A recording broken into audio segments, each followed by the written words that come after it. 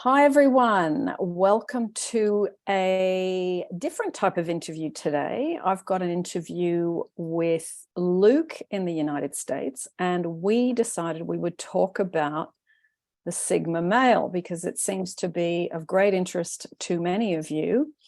And Luke and I, we are both Sigmas, and we thought we would share a bit about how this works within the relationship subject, as many of you are interested in that, and also what the traits are, so you can get a bit clearer whether you are one or whether you are dating one. So welcome, Luke, to the call. Thank you so much, Agnes. It's a pleasure. I'm thrilled that that we've connected, because this has always been a really interesting topic, and there's so much focus on a lot of the other types of people and who they are, the alpha, the beta, the omega. The sigma has been one that has been a little bit more in the background and is coming more into the foreground now. So you being a sigma male, I'm going to go through some of the traits, Luke, and perhaps we can talk about them a little bit one by one. There's 7 here, and then discuss how they relate in romantic relationships. So number one. Absolutely. Let's give it a shot. Yes, let's give it a shot. Now, the Sigma male is described as a lone wolf and into non-conformity, and is very much someone that loves being on their own. So can you talk a bit about that in your own life and in regards to your relationships? Oh, certainly.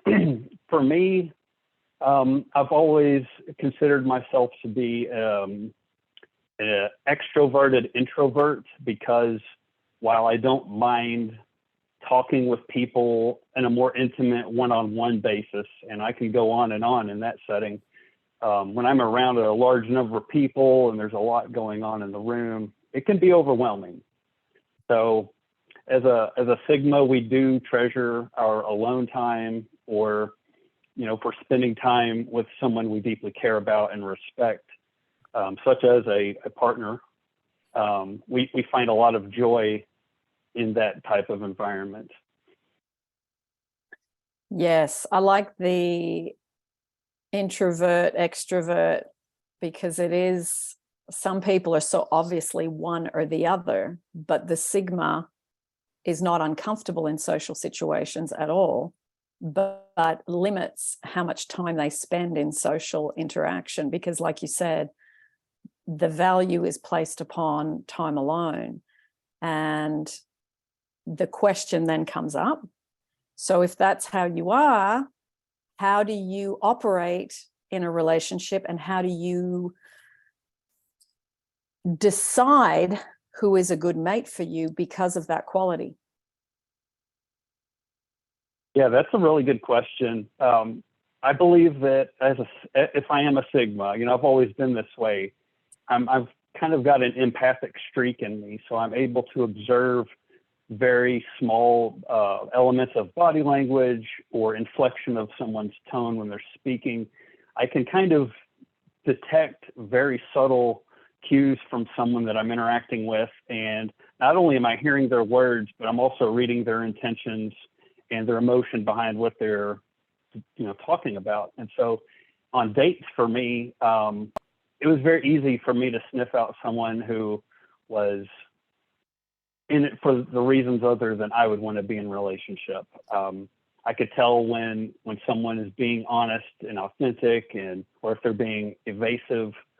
So I kind of like that.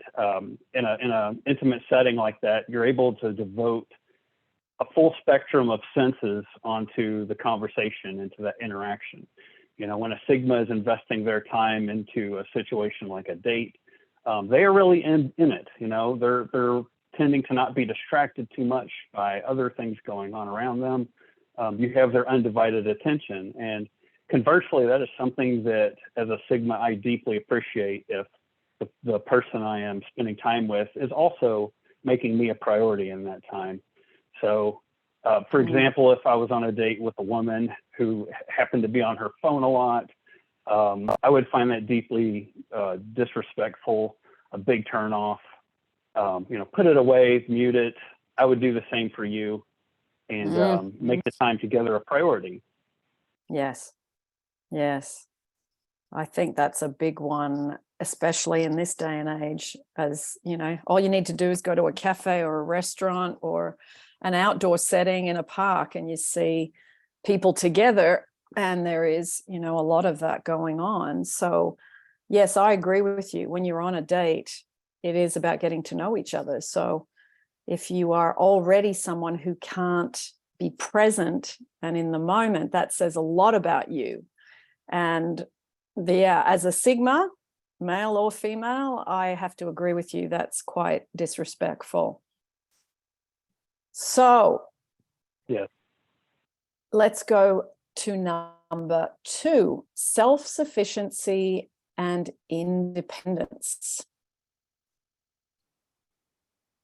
Sure. Did you want to color that at all, or is that your jump point? I think my question would be, how do you maintain that? Because that's a part of who you are as a Sigma. How do you maintain that when you are in a relationship with someone?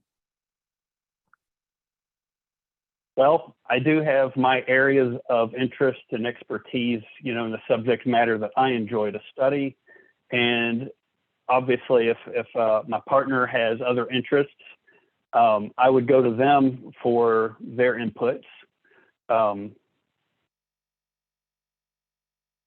Let's see. I also know that I am willing to learn and put myself in a vulnerable position in order to understand something more. So I believe that Sigmas tend to be fairly humble people on the whole, and are willing to be wrong. Yes, we study hard. We like to learn. I believe that we are lifelong students, and having that alone time really affords us the opportunity to really dig in deep on the things that we find so fascinating in life. Yes. But, it's nice to be able to be challenged, or if someone has an alternate view. I never take it personally, or I don't take offense to someone who has a different perspective. It's interesting because a lot of people can feel that they're defending a position rather than simply putting it out there. This is the way I see things. What do you think? It's almost like you're trying to give someone the opportunity to engage. And whether they agree or not, it's always nice to know what it is they think and then why. Yes.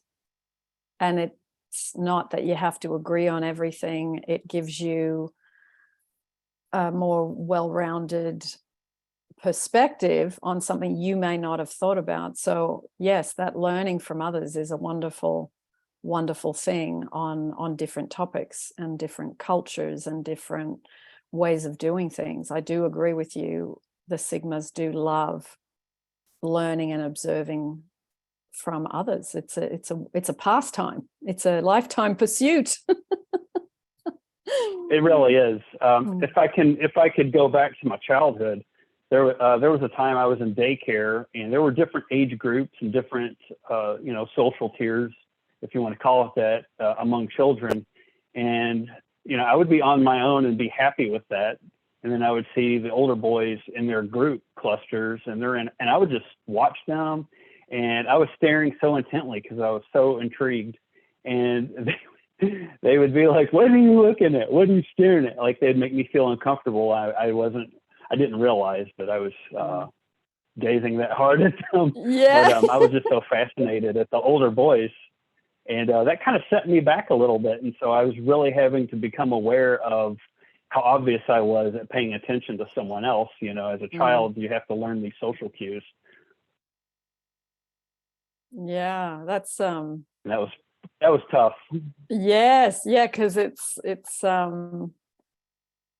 it's them looking at you while you're looking at them, and it's a bit, yeah, you realize that when you do that it can be a bit intimidating or weird for people. And it's not that we don't do it in a creepy way. I find that too. I'll be often in nature, sitting in a park somewhere, and people are walking past, and I think, okay, what language are they speaking? And I'm trying to work it out, and I find it interesting. And sometimes it's that same thing that you're saying, being conscious of not lingering too long so people think you're creepy.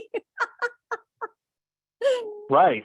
This may be off to the side a little bit, but my nephews, they would ask me, what would your superpower be if you could choose anything? And I always would say, I wish I could become invisible. Because then I wouldn't draw attention from anyone, and I would just be able to go about my business the way I want to. I can study people up close without interfering with them. And then, it's like the perfect Sigma superpower, I think. Yes. That's brilliant. That's a good one. I have to agree with you. I think that would be a wonderful thing, to be able to move around even more unnoticed than we can be already. That's the right. Turbo. That would be the turbo, Luke. That would be the turbo. Okay. The third trait, Sigmas don't need the social hierarchy to thrive. So how does that related to you in your life in general? Oh, sure. Yeah, this can be tricky. I could be at a party, like a wedding party somewhere, and just mingling among, it's the worst nightmare for a Sigma, is having to mingle at a party. Sitting at a table that has your name and your placemat, and you're sharing it with 9 other folks. And of course, you recognize when you're interacting with people that they're trying to impress you. And it's hard to hide the eye roll sometimes. Yeah. I'm not too impressed with titles. I might raise an eyebrow if I think that it makes them feel better.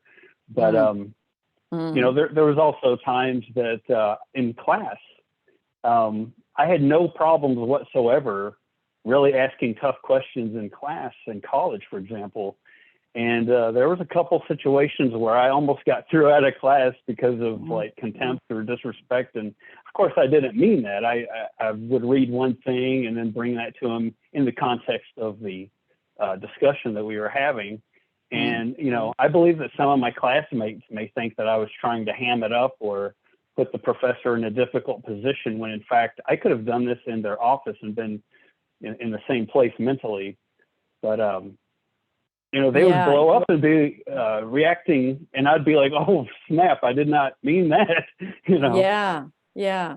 It's just usually curiosity with a Sigma, isn't it? That curiosity to learn something more. Yes, and here you are speaking with a real pro at the subject matter, and I want them to bring it. I'm paying money to be here, lay it on me. What is up? Another story would be like with a parental figure, and my mother would be like, you're supposed to do this because I said so. And a Sigma doesn't like that. They want to have the understanding, the nuts and bolts behind why. And we could be convinced that that's the right path. And one example was, staying up late. And mother's like, it's time to go to bed. And I'm like, oh, but this show, I never get to see the show. And she's like, fine, you know what? You stay up, you watch it, but I'm still getting you up when it's time to get up. And it only took one of those mornings for me to realize, Mama knows what she's doing when it comes to bedtime. Yes. Yeah. The proof, wanting proof. Yes, that's a big one for Sigmas, for sure. And you were saying like we don't need social hierarchy and not interested in titles. And I think there's a real love of everyday people that move around that don't need those things or have those things. It's knowing the person for who they are, no matter where they were born, what they've achieved, where they live, who their family is. It's like none of that matters to a Sigma. And I think that that's the thing that when you go on to dating someone or being in a relationship with someone, it's just seeing the stripped away person in their raw form. And someone who doesn't have airs, graces, titles, or any of that thing is often really attractive to a Sigma when they are just moving around very ordinarily without the need for attention, reassurance, to get anything from the outside world. It's the unassuming ones that are the real diamond, that is the initial where you go, oh, that sparked my interest. Someone that's moving around in the background and doesn't need. That's always going to be the first little, ooh, that's interesting to me. That's really interesting to me. Absolutely. And if I may, in a situation like that, someone, we recognize that titles are simply labels, an individual's ego because of their achievements, or because of maybe they're a very extraordinarily attractive person and they're used to being treated a certain way. Yeah. We are not charmed by these things. No. Everyone is an equal. Everyone's perspective is valuable because we're looking at it from a completely different perspective. And, when a Sigma does show interest in someone, it's a very genuine thing. Yes. I agree with you. And it's usually a slow burn. It's like you get, oh, that's interesting. This person doesn't need attention. This person doesn't want adulation. This person doesn't look to seek reassurance. Oh, I love all those things about a person, male or female, someone that has they haven't, I was going to use the word unhooked themselves from it, but they never needed to unhook themselves from it because it was never a part of who they were in the first place. But when they see the potential mate or the potential friend that already has those qualities, wow, that is an attractive thing to a Sigma. Absolutely. There's been times when I was interacting with a lovely woman and she may have, an outstanding physical feature that really draws a person's attention. But when you're not tripping over that, when you see that as just a part of them and it doesn't define them, they may have put stock of that fact in themselves. They may see themselves a certain way, but you're not playing on that same wavelength when you're interacting with them. They immediately get taken off of their game and they're like, whoa, I don't understand. This isn't how men talk to me. Usually. Yeah. Yes, that's so true. Have you encountered that, Luke, where people have been taken aback that you weren't attracted by something?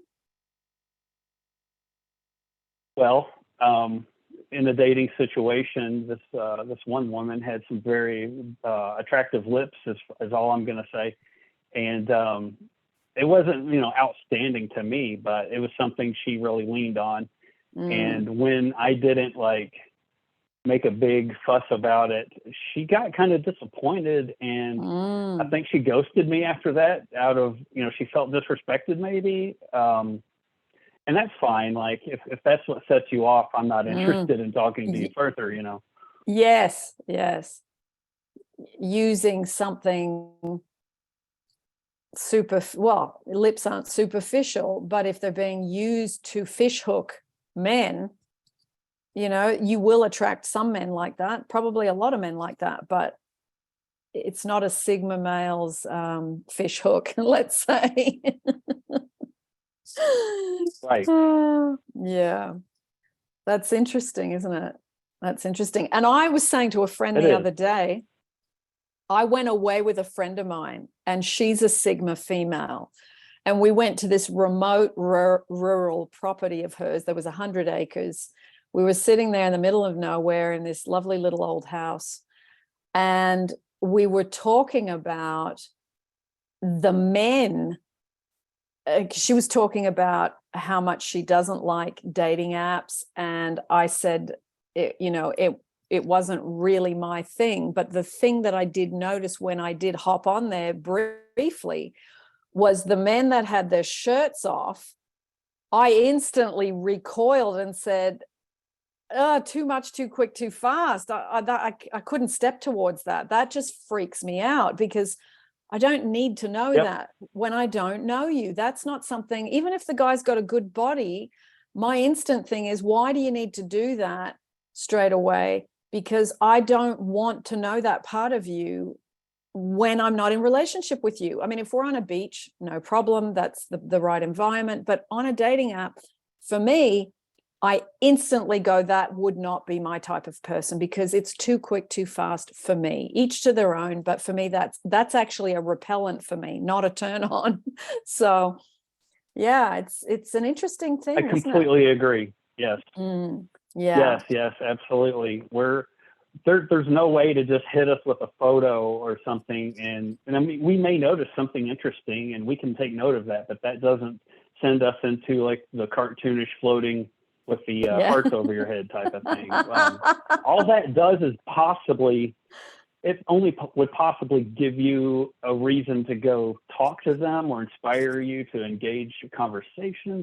But yes, the whole dating app thing, I believe that is the bane of a Sigma, because for me, I would rather speak with someone, 15, 20 minutes on the phone without even seeing what they look like, and get to know them. Yes. And then if I like the person that they seemed to be, I would want to meet up and, have a date face to face. And that way, know that you're not wasting your time just with, there could be a chemistry or a lack of chemistry, but at least over the phone, they're at least interesting to talk to. And to start anything with a Sigma, that's a great place to start. Totally. Yeah. But yeah, because the Sigma really needs connection mentally, intellectually, emotionally, spiritually. Those are the things that are, when someone leads with those things, like, like I find in London, I like, because the cafes are quite tight, because there's, not as much space. So, you'll be sitting there on your own reading or something, and sometimes there is, a conversation with someone at a table next to you, because they're on their own too. And I think when you start a conversation in a natural way, and then it flows on to topics that are not chit chat about the weather, or about, things online, or about relationships, or about things like that, when they're general topics, and you start to have an interesting conversation about, how you make fried rice or something. And if you're into food, those types of conversations are interesting, or travel, or nature, or whatever. There's subjects that have nothing to do with me, as in the focus on me. And I think that is always such a great way to meet someone, just as a human being. And then you go, wow, just general stuff. It's not about, because dating apps are, how do I look? What do I do? What are my interests? And it's like this billboard straight away. And it's a me show often on a dating app, because that's what dating apps are for.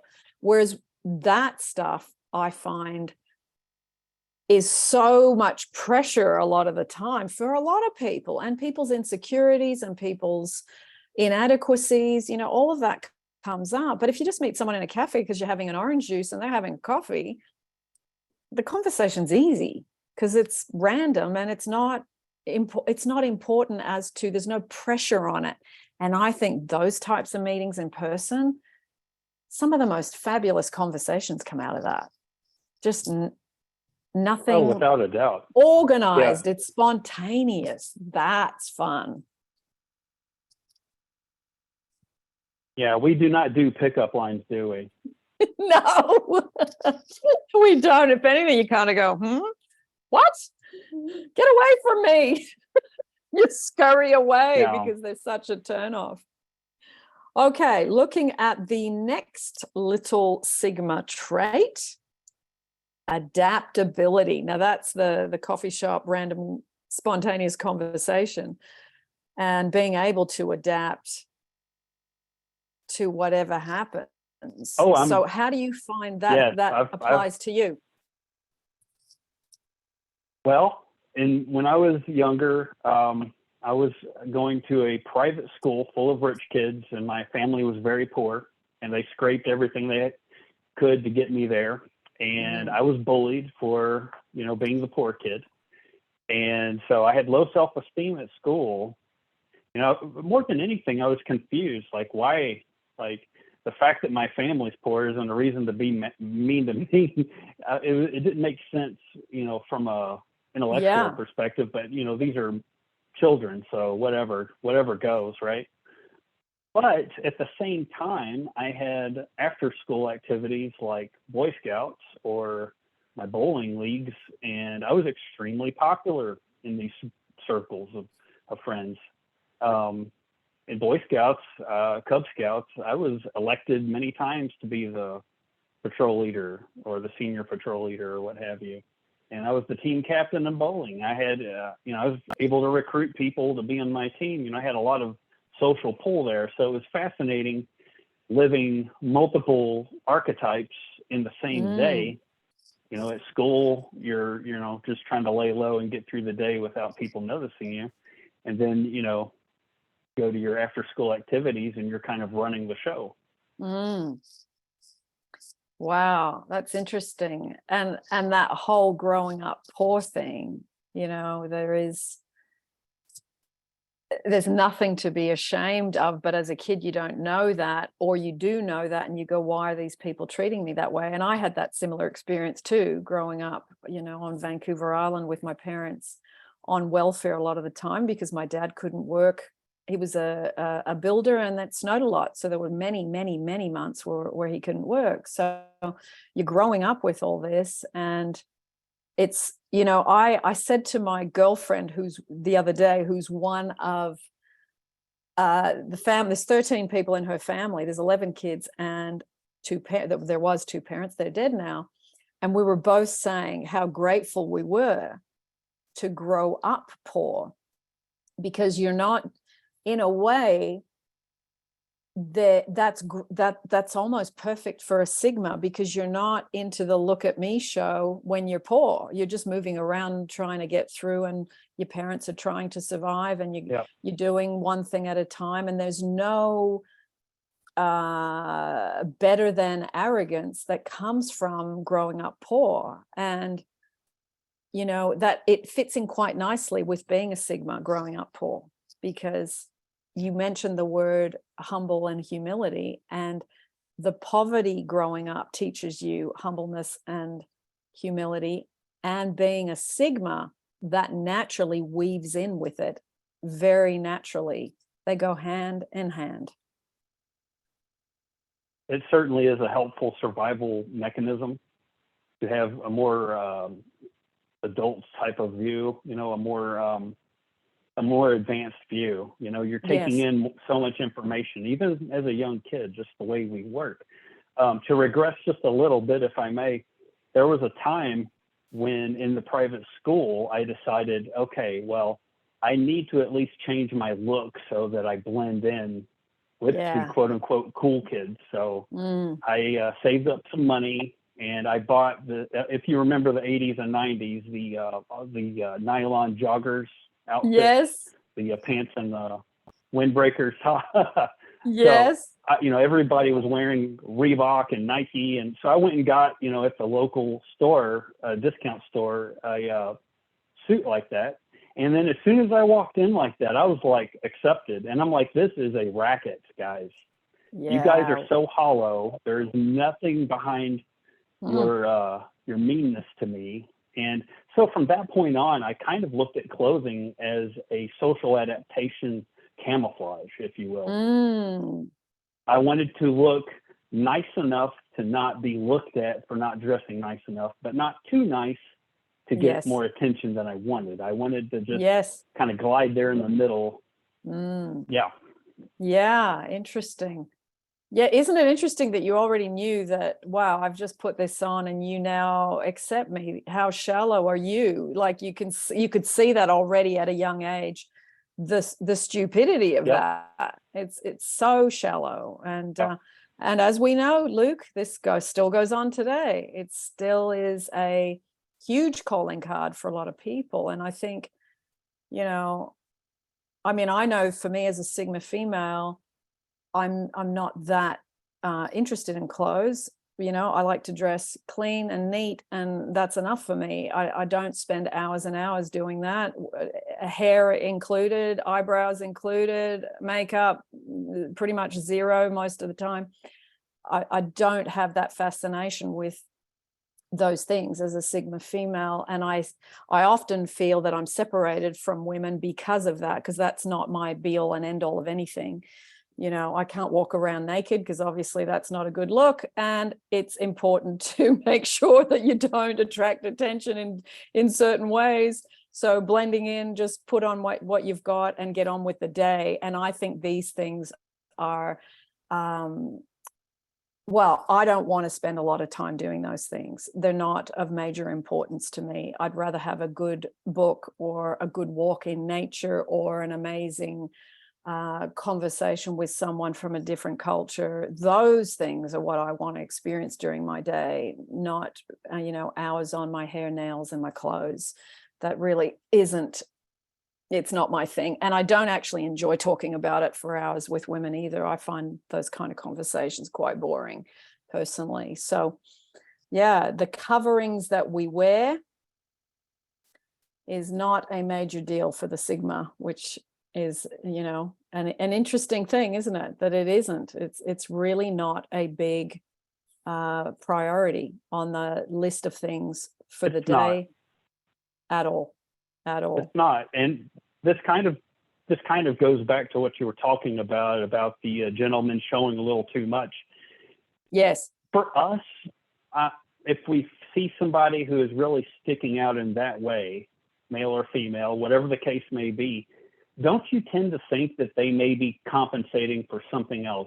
And then you know that more than likely they may have whatever it is, a thing that you're going to find out about them if things progress, And it's almost like, look at the shiny ball and don't worry about this huge character flaw that I'm repressing, Yeah. Yes. We just have that assumption sometimes, don't we? We do. And it's funny you say that, because I was with my Sigma girlfriend at a rural pool. Like, it was just a really nice pool in a very quiet town. And it was just surrounded by trees and grass, and that's why we picked it. It wasn't just surrounded by concrete. And there was one guy there with his girlfriend, and my girlfriend reads archetypes, and she said, that's the Olympian archetype. And I said, oh, okay, that's interesting. And I said, I wouldn't have known that, but I said, all I can see is look at me, look at me, look at me. And his girlfriend, who was dressed in something similar in the female version, in her swimsuit. And I said, wow, I feel two things when I look at that. I feel quite sad that there's such a need to be looked at. And I feel also quite repelled, because I don't find look at me really attractive. I don't get attracted to it.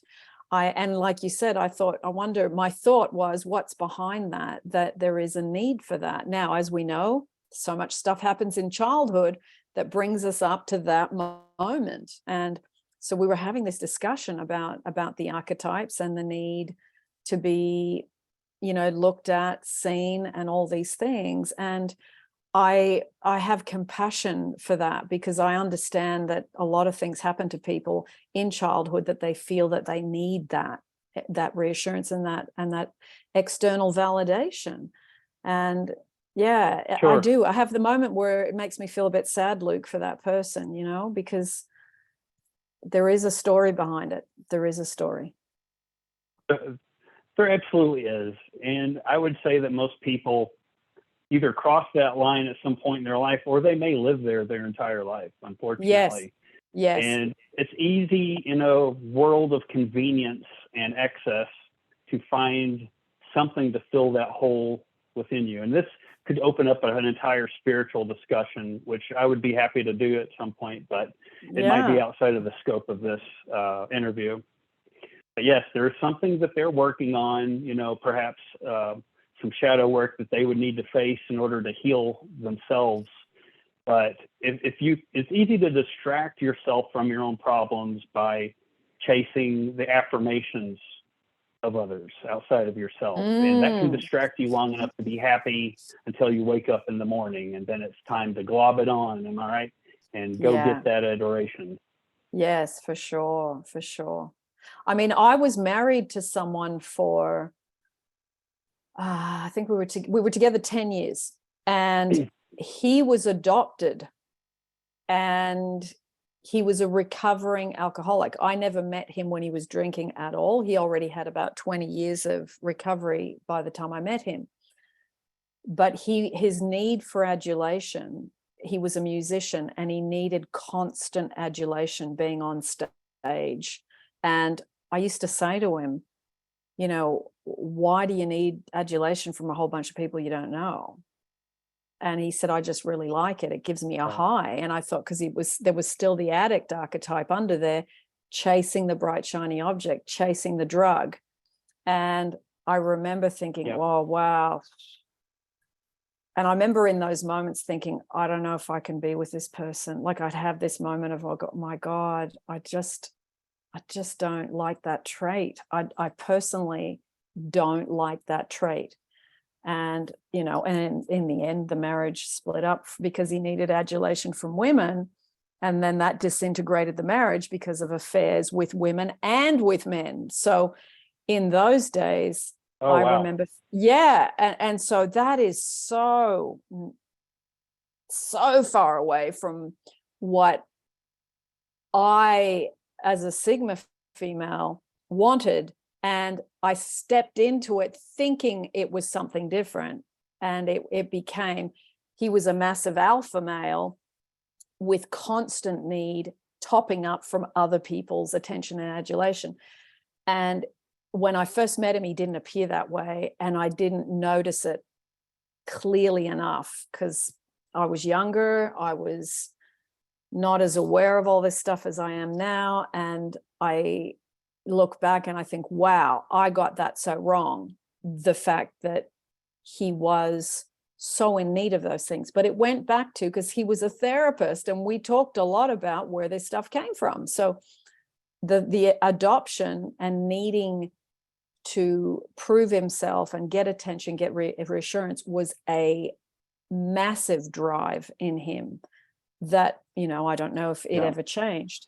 But not only for men, not only from women, but from men as well. So, a fascinating thing when you see that need in a person, and that it was never at that point when we split up, because we've been apart for a very long time now, that whether that he ever overcame that, I don't know. So, different trajectories depending on where you start. But that was a direct link: adoption, needing to become a famous musician, needing to be adored by the masses, not just from one woman or a few people. It was, I need to be adored by the masses. And I thought, wow, okay, might be time for me to step away from this, which in the end, the whole marriage collapsed because of the infidelity. So there was a way out. But fascinating to see the effects of childhood on adulthood. Absolutely. It's easy to take it for granted as adults when we're interacting with our young folks that what we say really does matter. These children are sponges. They're far more intellectual than we give them credit for.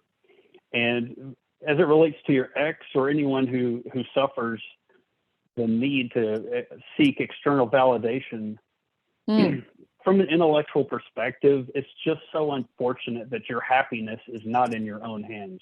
Yes. You know? Yes. And that you keep seeking the next bright, shiny object to get you there. It's like, once you realize it's an inside job and you can continue to find amazing things to do purely in your own space, in your own world, or with one person that you really have a wonderful connection with, that's a rich experience, and it doesn't get better than that for a Sigma. Correct. You know, someone who has deep flaws like that can be extraordinarily successful, yes, both in terms of social hierarchy and financially. So you're getting all of this positive feedback from civilization, but yet you go home and you're miserable. You know, you're hitting the bottle, you're using whatever to find some temporary happiness. And that's a signal that, yes, you are quote unquote successful, but you're not happy. And there's a distance there. And I really wish people could, you know, when people realize that it really is the small things, the simple things that give you the most satisfaction, the deepest meaning in life. I know it sounds so cliche, but it's so true. Yep, I agree. And being happy in your own skin, I think, is the most successful person of all. That's the successful person, is totally not related to anything out there. Yeah. Agreed. Okay, let me look at the next one. Self-priority. Can you talk a bit about that? Sure. Especially, I can take this to context. Yeah, go ahead, Luke. Sorry, I cut you off. Go ahead. we can talk more on the other side of this. If this is relevant to your query, if I'm in a heavily social situation, I can survive, I can tread water for a while, but inevitably I will have to retreat to some kind of a layer, a corner, you know. I have to find a way to recharge. My wife's family is very large. I come from, you know, a very small family. It was just my nuclear family that I grew up with. And so when I married, I also married my wife's family, and they love to party a lot. Yeah. And so it was very overwhelming, as you can imagine. On one hand, I appreciate the fact that I get to live this second life and get this opportunity to understand what it was like to live this way. But as it relates to your question, you know, I can only handle so much at any given time. And so when the gas tank starts to run empty, I have to find a graceful way to excuse myself and go find a dark corner to kind of hide out, lay low, have a drink of water or something. I know in my college years, I would party quite a bit, but then I would duck out and I would just leave. And I didn't think it was any big deal from my perspective. I'm like, well, I've had a full night and I need to go, you know, to a pit stop or whatever. But I would find out the next day that some of my friends would be upset that I left without, you know, saying, hey, I'm out for the night. And I didn't realize I was hurting their feelings by sneaking out like a ninja. Yeah. Because we all know that when your friends have had a couple, they want to talk about all kinds of stuff. And if you don't have the gas in the tank, you don't have the gas in the tank. And as much as you would enjoy it and see them be so happy interacting with you, you know, you're just a few minutes away from becoming an ugly person if you don't get out. Yes. Yeah. Do you find, Luke, that you recharge alone? That's the preferred option. And when you're with people, you can enjoy it and you're not socially uncomfortable or anything, but then your battery starts to really depreciate. Without a doubt. You're right on the money. Yeah. That kind of goes back to what I said early in the interview. We're so empathic. We may not realize that at the time, but we are burning calories, being aware of very small details, like I mentioned earlier. And when you Yeah. extrapolate that across a very busy room full of people, it can Yes. be very overwhelming very, very quickly. Totally. It could even be anxiety. Yeah, nearly. Yes. I've never thought of it that way, but yes. I have an intense sensitivity to light and sound, and it's got worse over the years. So as soon as I hear too many people talking, and as people get drunk, that affects me even more. I mean, I'm not against people getting drunk and having a good time. That's, have fun.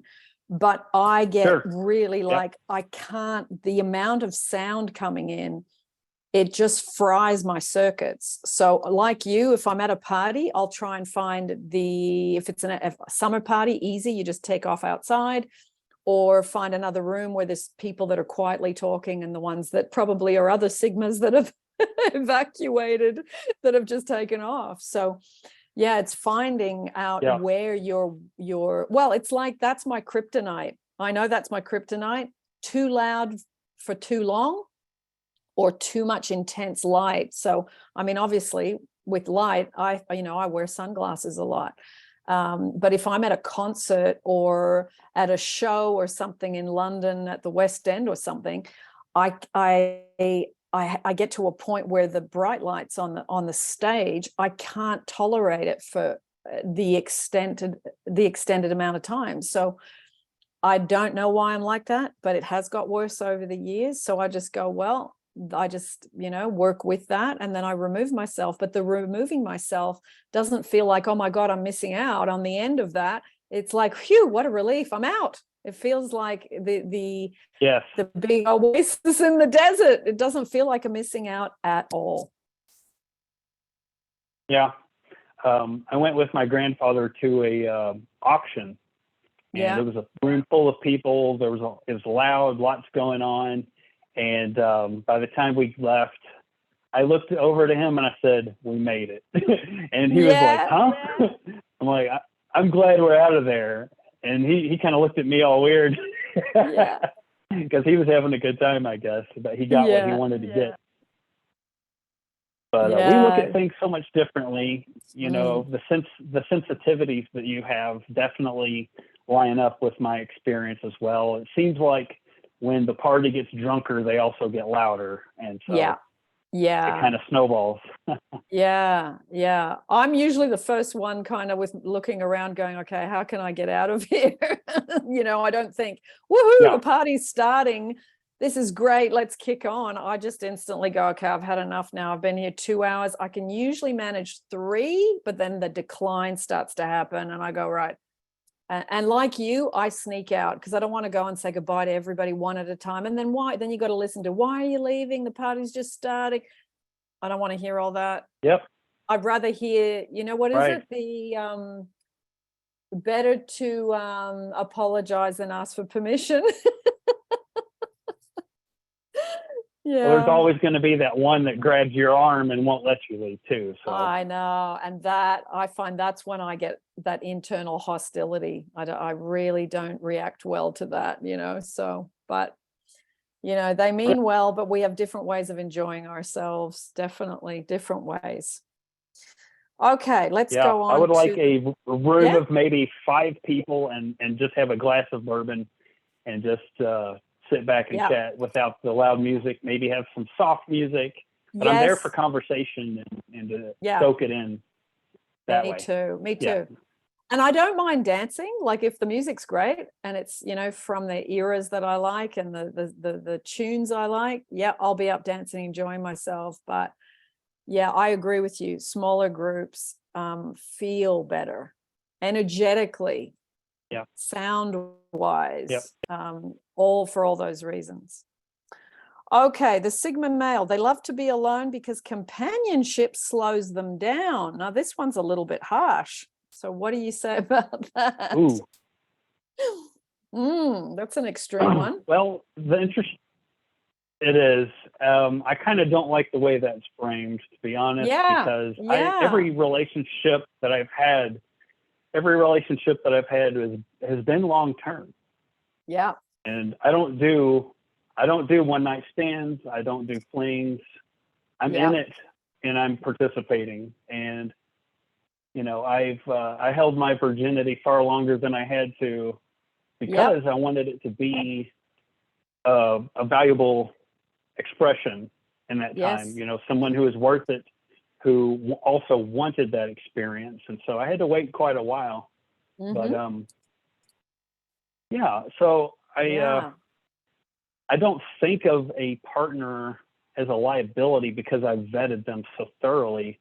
Yes. And I, have them in my life willingly. Yeah, So that was the only one that was a bit of a red flag. Yeah, it's a weird,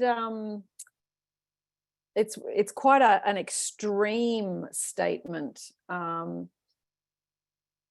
agree with you. I don't think every girlfriend I've ever had, would give me my space. Yes.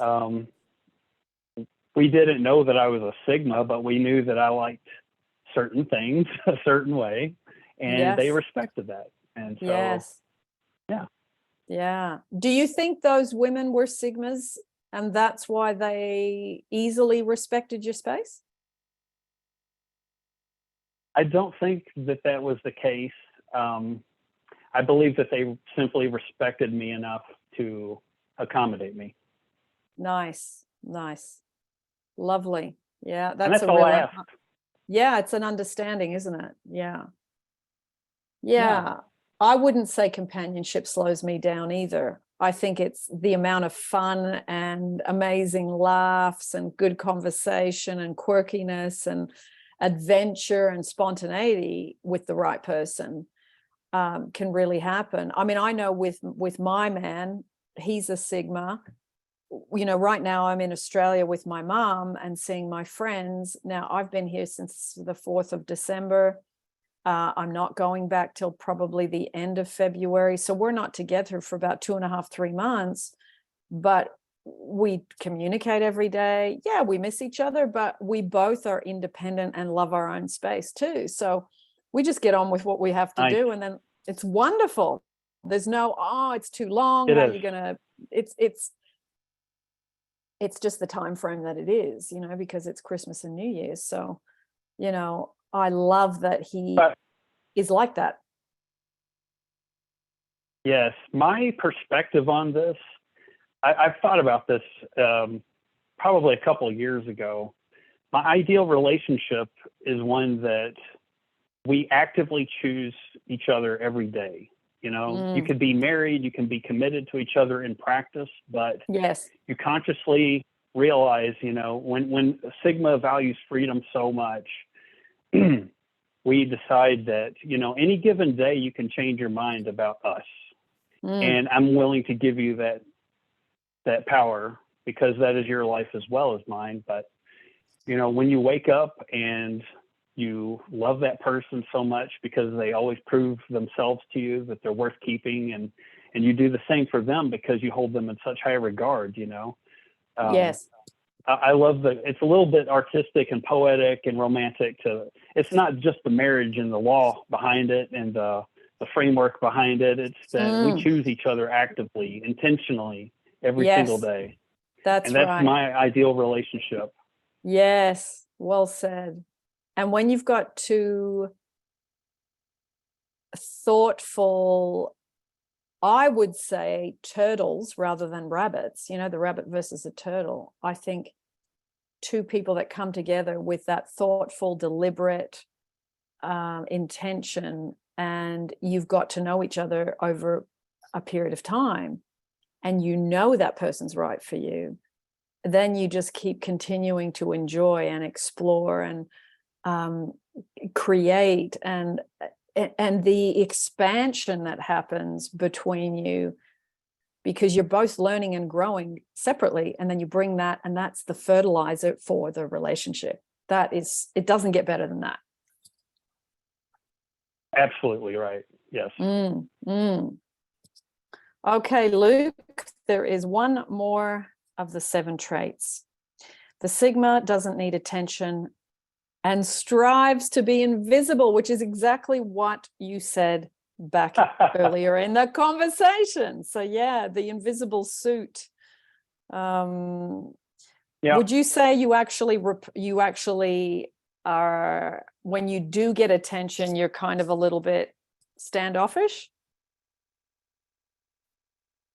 I don't know about that. I used to be a highly competitive bowler, and that's kind of a sport where when you're up and you've got your ball in your hand and you're ready to make your shot, in certain situations, if it's a big tournament, all eyes are on you. Yes. You are the show, and you've got 100 or more people watching every move you make. And so, or I've been in leadership positions where I would have to speak at a meeting to bring the meeting to order and everything. And so, Yes. I would find myself in situations where eyes are on me, and I think of it like, well, this is what I'm doing. I'm performing an activity right now, and this is how things are, whether I like it or not. Yes. And the goal is to serve my purpose in this moment. Yes. So, and be of service. Give from the place of service. Yeah. Right. And here's the thing: when I was I was president of my college business club, and it was tough for me at first because I'm watching everyone, like their eyes are on me, and I'm absorbing all of this emotional energy from them. And it was fascinating. I'd be talking, and I would see somebody react, and I would look over and be like, "Oh, what are they doing?" And I'm trying to get through the meeting and everything, but it was fascinating being so distracted, being so hyper aware of the audience, even though they were all being pretty respectful and quiet. But I never felt really too intimidated by that. I was like, well, they elected me. I'm honored to serve at this capacity. But from a Sigma perspective, I didn't think of it like, oh, I am in a prominent position now. I have some sway. I was like, what can I do to help being a member of this club mean something on their resume when they graduate? Yeah. Yes. And so that was my angle in that. Yeah. Yeah. It's almost like whether you lost your self-consciousness or you never had it in the first place, the focus isn't on, oh my goodness me, what if I don't do a good job, and all that self-focus. Your focus is on, how can I make this easy to understand? How can I be of service? How can I give to the people that have actually, spent their time coming here, getting here, and then they have to listen to me? How can I make sure they walk out the door with something of value? And it's a totally different standing point when you come from that place. And they say Sigmas make very good leaders because they lead from a place of example and a place of knowledge and a place of giving, rather than a place of needing attention and getting accolades for what they've delivered. Yes. And I've used similar talking points during job interviews, and they would be like, what are your goals? What would you, if you were working here and you were in a position, as a manager, and I was like, I would want to lead by example and, be in the trenches and earn their respect, show them how to do it. And that way I'm coming from a place of experience, and the team knows this, and that's what I used in my scouting career and everything. And it worked great there, but I didn't end up getting that job. So maybe they didn't like that so much.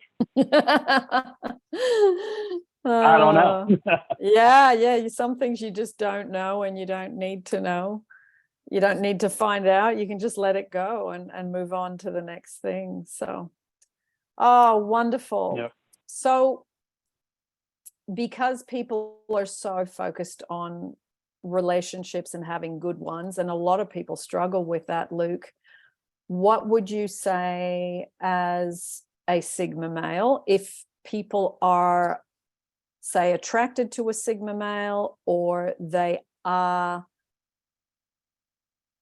say, being rejected by a Sigma male, what could you tell them from your experience that would be of help and assistance? Well, I want to say that coming on too strong is definitely a turnoff. We want it to feel very organic. Yeah. And that could apply, I guess, to any personality type, but I don't know, some people may love being actively adored. I could see that, but it's not what we're into. We're kind of like a quality over quantity type of mindset. So if you can find what they're interested in and be able to bone up on that a little bit, and engage with them, and give them their room, and not just in a physical sense, but in conversation, sometimes they can get wordy, as you can see right here. And let them go on their tear. They love sharing information, and you can be sure that they are giving you their authentic, good faith version of what they know. And whether they're right or wrong, they're always willing to learn. So if you could teach them something maybe they haven't really thought about in their own little world of interest, they would find that very interesting, and they probably wouldn't forget you very easily. Yes. And I think if you want to impress a Sigma, stop trying to impress. That alone will make you go far. Just be who you are and don't have an agenda, and just enjoy an organic moment, like you said. And I always find the thing that captures my attention is someone that's doing something a little bit weird in the background, but they're doing it for their own self-amusement. That will always attract me, because I find that fascinating. Cool. That you don't need to be doing it out the front. You're doing it somewhere down the back, and you're doing it just for your own fun.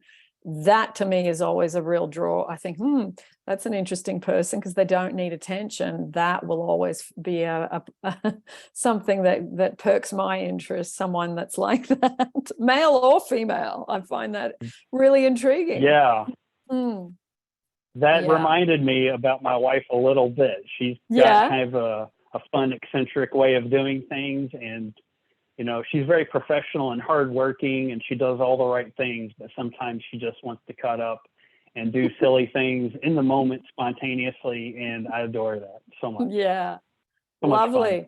I've got the man in my life's the same, exactly the same. And I just think, what are you doing? And then it just makes me laugh, because it's unexpected, it's silly, and the fact that they love doing that, and to entertain themselves first, and then it just overflows onto you. It's a beautiful trait.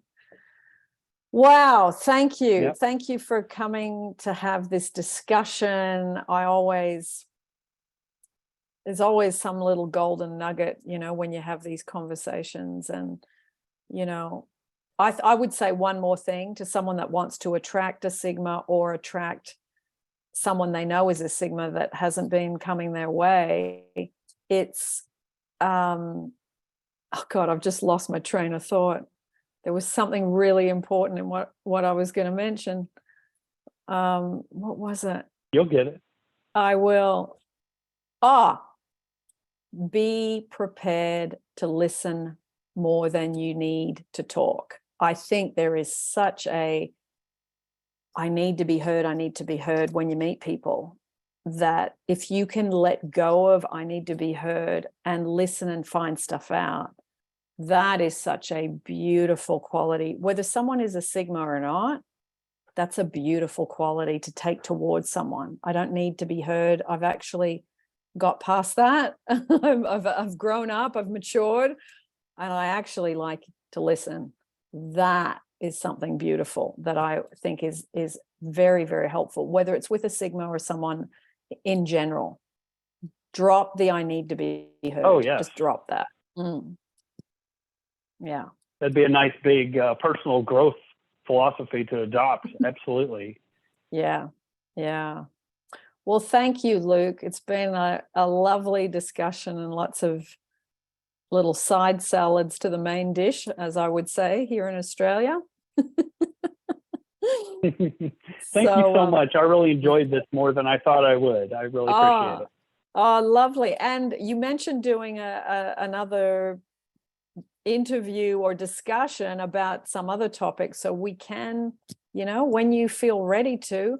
That was a little rabbit hole we didn't go down because it was on another subject, so I'd be more than happy to go through that with you at a date and time that's convenient for you. We'll explore it. To be continued, Luke, to be continued. Yes, ma'am. Thank you. Good night. Thank you. Bye-bye, everyone. Hope you enjoyed the discussion, and I will see you as always in another YouTube.